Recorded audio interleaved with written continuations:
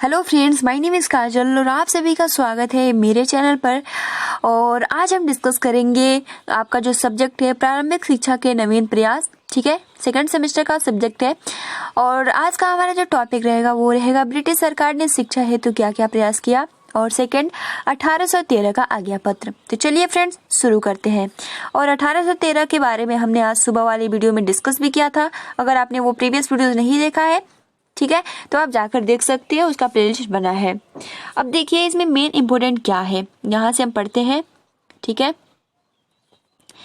यहाँ से आपका है कि सन, ठीक है, यहाँ लिखा है चर्चा उपरांत प्रशिक्षु स्पष्ट करे कि सन 1765 तक कंपनी की शिक्षा नीति प्राथमिक शिक्षा देने तक ही सीमित रही, किंतु उसके उपरांत उसकी शिक्षा नीति में परिवर्तन हुआ और उच्च शिक्षा की संस्थाएं स्थापित की गई।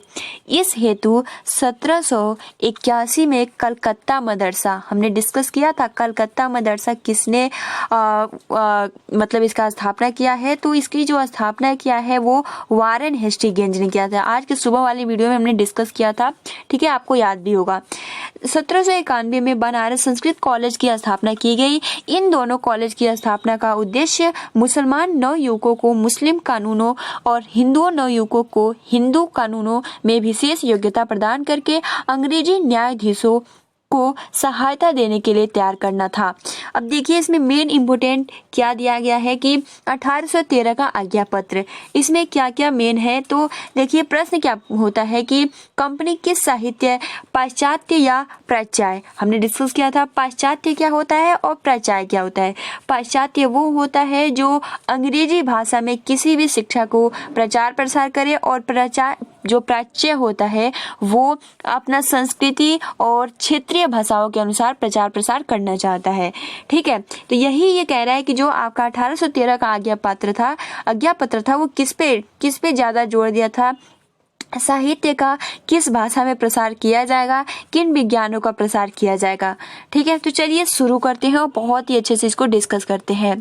तो जैसे कि आप सभी को पता है कि फोर्ट विलियम कॉलेज की स्थापना तत्कालीन गवर्नर जनरल लॉर्ड वेलेज़ली द्वारा 1800 में कलकत्ता नगर में की गई थी। बहुत ही इंपॉर्टेंट लाइन है कि जो आपका ये कॉलेज है कलकत्ता नगर में, फोर्ट विलियम कॉलेज, इसकी स्थापना किसने की है, तो लॉर्ड वेलेज़ली ने की है 1800 में कलकत्ता नगर में। ठीक है, यह कॉलेज कंपनी के असैनिक कर्मचारियों के लिए था और उनके भारतीय भाषाओं, हिंदू मुस्लिम कानून एवं भारतीय इतिहास की शिक्षा प्रदान करता था तथा अंत में 1818 में पूना संस्कृत कॉलेज की स्थापना की गई थी। तो आप देख सकते हो कि ये भी प्रश्न आ सकता है कि पूना संस्कृत कॉलेज की स्थापना कब की गई थी, तो 1818 में पूना संस्कृत कॉलेज की स्थापना की गई थी। अगला टॉपिक देखते हैं, जैसे कि अब देखिए ईस्ट इंडिया कंपनी के आज्ञा पत्र का प्रत्येक 20 वर्ष के पश्चात ब्रिटिश पार्लियामेंट द्वारा पुनरावर्तन किया जाता है और इस उद्देश्य ने सन 1813 में आज्ञा पत्र को पार्लियामेंट के समक्ष प्रस्तुत किया गया और इस आज्ञा पत्र ने प्राच्य और पाश्चात्य विवाद को जन्म दिया। आप देख सकते हो यहीं से इसका जन्म हुआ है, यहीं से विवाद होने लगा। ठीक है, इस धारा का भारतीय शिक्षा के इतिहास में अत्यंत महत्वपूर्ण स्थान था और इस आज्ञा पत्र ने अंग्रेजी शिक्षा प्रणाली का सूत्रपात करके भारतीय शिक्षा को एक नई दिशा में मोड़ा। ठीक है, ये इम्पोर्टेंट है। नूरुल्लाह व नायक के अनुसार 1823 के आज्ञा पत्र ने भारतीय, अब देखिए सन 1813 के आज्ञा पत्र की 43वीं धारा ने भारतीयों की शिक्षा का उत्तरदायित्व कंपनी को दिया। ठीक है, और उसे उनकी शिक्षा पर प्रति वर्ष कम से कम 1 लाख रुपए धनराशि व्यय करने का आदेश दिया। ठीक है, अब देखिए ये कह रहा है कि सन 1813, ठीक है, सन 1813 आज्ञा पत्र की जो 43वीं धारा थी भारतीयों की शिक्षा, ठीक है, जो भारतीय यानी संस्कृति हिंदू भारतीयों की शिक्षा का उत्तरदायित्व किसको दिया, तो कंपनी को दिया और उसे उनकी शिक्षा पर प्रति वर्ष कम से कम 1 लाख रुपए धनराशि देना था, व्यय करने का आदेश दिया। किंतु जो आपकी 43वीं धारा ने इस बात का स्पष्टीकरण नहीं किया था कि यह धनराशि किस प्रकार शिक्षा पर व्यय की जाए, प्राच्य शिक्षा या फिर पाश्चात्य शिक्षा। आप देख सकते हो उसके बाद क्या हुआ कि फलतः इस प्रश्न को लेकर कंपनी के कर्मचारियों में शिक्षा के स्वरूप के विषय में विवाद उठ खड़ा हुआ, क्योंकि जो ये चाहते थे कि उनका जो सीखने की उनका जो मानसिक सोच है वो अंग्रेजी होने चाहिए और जो तन है वो भारतीय होनी चाहिए। ठीक है, अब देखिए अब यहाँ से क्या हुआ, इस विवाद में प्राच्य और पाश्चात्य विवाद की संज्ञा दी गई। इस विवाद में भाग लेने वाले दो मुख्य दल थे, पहला प्राच्यवादी और दूसरा पाश्चात्यवादी। ठीक है, अब देखिए जो प्राच्यवादी दल चाहते थे कि भारतीयों की उनकी प्राचीन साहित्य, भाषा और संस्कृति का ज्ञान दिया जाए, और Warren Hastings, Jonathan Duncan Wilson ने इस दल के समर्थक थे। ठीक है, तो जो आपके वारेन हेस्टिंग्स है वो प्राच्यवादी के समर्थक थे। अब देखिए जो पाश्चात्यवादी था, पाश्चात्यवादी दल ने कंपनी के 9 युवक कर्मचारी और मिशनरी थे।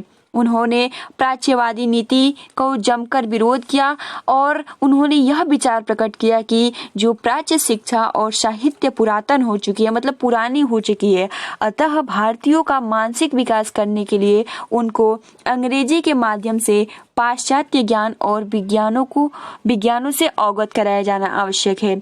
वास्तव में जो पाश्चात्यवादियों ने भारतीयों में यूरोपीय ज्ञान और विज्ञानों के प्रसार का किसी निस्वार्थ भावना से नहीं वरन निज हित की भावना से प्रेरित होकर किया।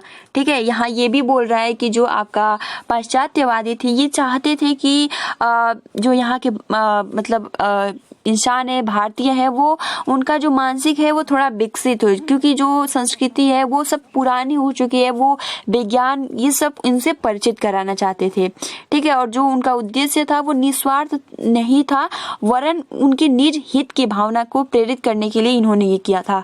ठीक, उन्होंने अपने व्यापारिक और प्रशासकीय कार्यालयों के लिए अंग्रेजी शिक्षित बाबू वर्ग की आवश्यकता थी। ठीक है, इस प्रकार प्राच्यवादियों और पाश्चात्यवादियों का विवाद सन 1834 तक चला है। आप देख सकते हो ये भी प्रश्न आ सकता है कि जो प्राच्यवादियों और पाश्चात्यवादियों का विवाद कब तक चला, तो 1834 तक चला। ठीक है, क्योंकि कौन हटाया था, तो आपका वुड का घोषणा पत्र प्लस हंटर कमीशन आया। ठीक, इन दोनों ने उसको समाप्त किया था। अंत में 1835 में लोक शिक्षा समिति ने मंत्री ने दोनों दलों के विचारों को तत्कालीन governor general Lord William Bentinck के सम्मुख निर्णयार्थ प्रस्तुत किया।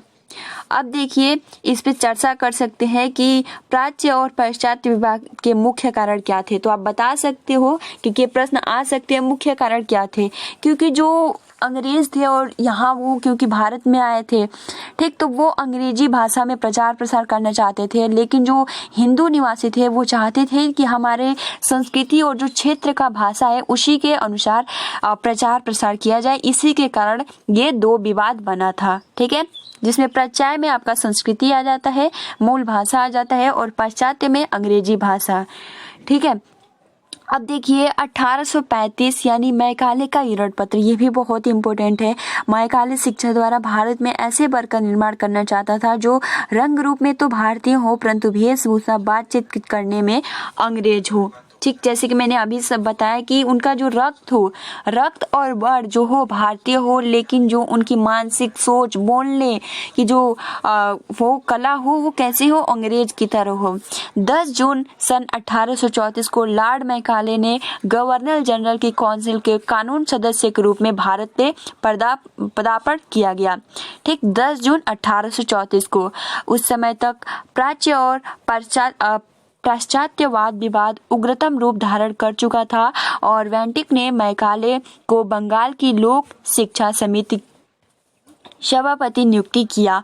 अब देखिए, विवाद को सुलझाने हेतु कानूनी सलाह देने का अनुरोध किया गया। मैकाले ने 1813 के आज्ञा पत्र की 48वीं धारा में अंकित 1 लाख रुपए की धनराशि को व्यय करने की विधि तथा दोनों दलों के व्यक्तित्व का सूक्ष्म अध्ययन कर अपनी सलाह को अपने प्रसिद्ध विवरण पत्र में लेखबद्ध करके 2 फरवरी सन 1835 को लॉर्ड बेंटिंक के पास भेज दिया। अब देखते हैं कि उसने इन सुलझाने के लिए क्या पत्र भेजा। ठीक है, तो देखिए, सबसे पहले मैकाले ने अपना विवरण पत्र में सन 1813 के आज्ञा पत्र की 43वीं धारा की निम्नलिखित प्रकार से व्याख्या की। 1 लाख रुपए की धनराशि व्यय करने के लिए सरकार पर कोई प्रतिबंध नहीं है। वह इस धनराशि को अपनी इच्छा अनुसार किसी पर भी व्यय कर सकती है। अब देखिए, इसमें ये बोला गया, फर्स्ट लाइन में जो इसमें बोला गया था कि 1 लाख रुपए की धनराशि व्यय करने के लिए सरकार पर कोई प्रतिबंध नहीं है, वो चाहे तो प्रत्यय या पाश्चात्य पर लगा सकती है। दूसरा पॉइंट ये कह रहा है कि साहित्य शब्द के अंतर्गत केवल अरबी संस्कृत साहित्य ही नहीं वरन अंग्रेजी साहित्य को भी सम्मिलित किया जा सकता है। अब देखिए, दूसरे पॉइंट में ये बोला गया कि साहित्य के शब्द के अंतर्गत केवल अरबी और संस्कृत साहित्य ही नहीं अपितु अंग्रेजी साहित्य को भी इसमें शामिल किया जाए। थर्ड पॉइंट ये कहता है कि भारतीय विद्वान मुसलमान मौलवी एवं संस्कृत के पंडित के अलावा अंग्रेजी भाषा और साहित्य का विद्वान भी हो सकता है। अब देखिए, इसमें ये 3 पॉइंट क्लियर हो गया। अब क्या कह रहा है कि आज्ञा पत्र की 43वीं धारा की व्याख्या करने के बाद मैकाले ने प्राच्य शिक्षा एवं साहित्य का प्रबल खंडन किया और अंग्रेजी के माध्यम से पाश्चात्य ज्ञान और विज्ञानों की शिक्षा का शक्तिशाली समर्थन किया। क्योंकि आप देख सकते हो जो तीनों पॉइंट है ये किसके अनुसार है, पाश्चात्यवादी के ही पक्ष में गए हैं। ठीक है, ठीक है।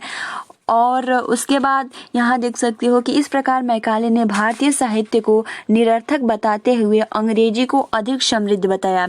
इसके अतिरिक्त मैकाले अंग्रेजी शिक्षा द्वारा एक ऐसे वर्ग का निर्माण करना चाहता था जो रक्त और रंग में भले ही भारतीय हो पर रुचियों, विचारों, बोलचाल, हाव भाव में कैसा हो तो अंग्रेज की तरह होना चाहिए। तो आपने देख लिया मैकाले किसके पक्ष में था, वो पाश्चात्यवादी के पक्ष में था। अब देखिए, इस पे चर्चा कर सकते हैं। ठीक है, प्रशिक्षु स्पष्ट करे कि मैकाले के सुझाव पर निर्मित शिक्षा नीति के निम्नलिखित दोष उभर कर आए। फर्स्ट, भारतीयों में फूट का बीजारोपण हुआ। तो जाहिर सी बात है भारतीय साहित्य एवं संस्कृत की अवहेलना की गई। अब कोई क्या ही कर सकता है। ठीक है, और फिर क्या हुआ, भारतीय धर्म की अवहेलना की गई, विदेशी सभ्यता को भारत पर थोपा गया। ठीक, और भारत में ऐसा शिक्षित वर्ग तैयार किया गया जो अंग्रेजी शासन को दृढ़ता प्रदान करे। प्रशिक्षु ये भी स्पष्ट करे कि शिक्षा नीति का उपयोग दोष उभर कर आए, फिर भी उसकी शिक्षा नीति ने निम्नांकित अच्छे प्रभाव भी डाले। क्योंकि आज के वर्तमान में आप देख सकते हो कि हर एक व्यक्ति इंग्लिश बोलना चाहता है। अगर एक व्यक्ति को कुछ भी नहीं आता है और अगर इंग्लिश बोल लेता है तो उसको सबसे ऊपर रखा जाता है, और वर्तमान समय में ऐसा ही हो रहा है। अब देखिए, इसके कुछ अच्छे प्रभाव भी हुए। तो फर्स्ट की भारत के लिए विस्तृत ज्ञान के द्वार खुलना। ठीक, दूसरा भारत की आधुनिक शिक्षा संरचना का शिलान्यास। फिर भारत में राजनीतिक जागरूकता का उत्पन्न हुआ। अब देखिए, मार्च 1835 का आदेश पत्र भारतीय शिक्षा के क्षेत्र में पहली नीतिगत घोषणा थी और तत्कालीन governor general Lord William Bentinck ने 7 मार्च 1835 को मैकाले के विचारों का स्वागत करते हुए एक विज्ञप्ति द्वारा सरकार की शिक्षा नीति निम्नांकित शब्दों में घोषित किया।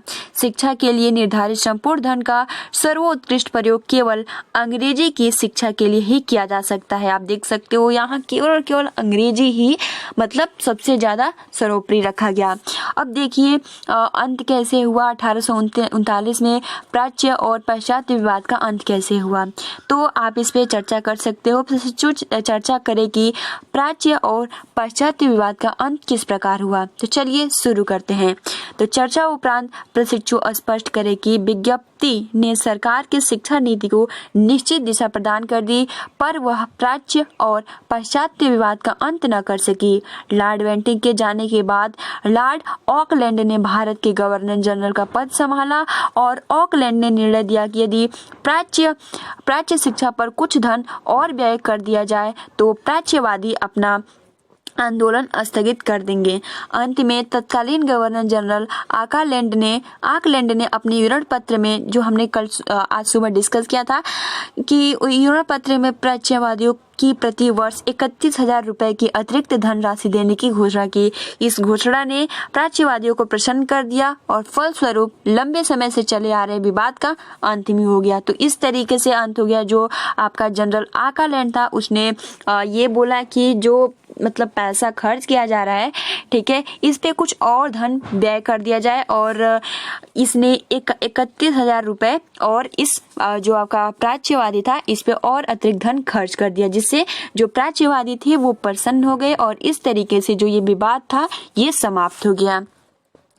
अब देखिए, भारतीय शिक्षा के इतिहास में सन 1833 और 1853 की अवधि को पाश्चात्य शिक्षा की अवधि कहा जाता है। ठीक है, आप ये अवधि भी याद कर लीजिएगा कि भारतीय शिक्षा के इतिहास में सन 1833 और 1853 की अवधि को पाश्चात्य शिक्षा की अवधि कहा जाता है।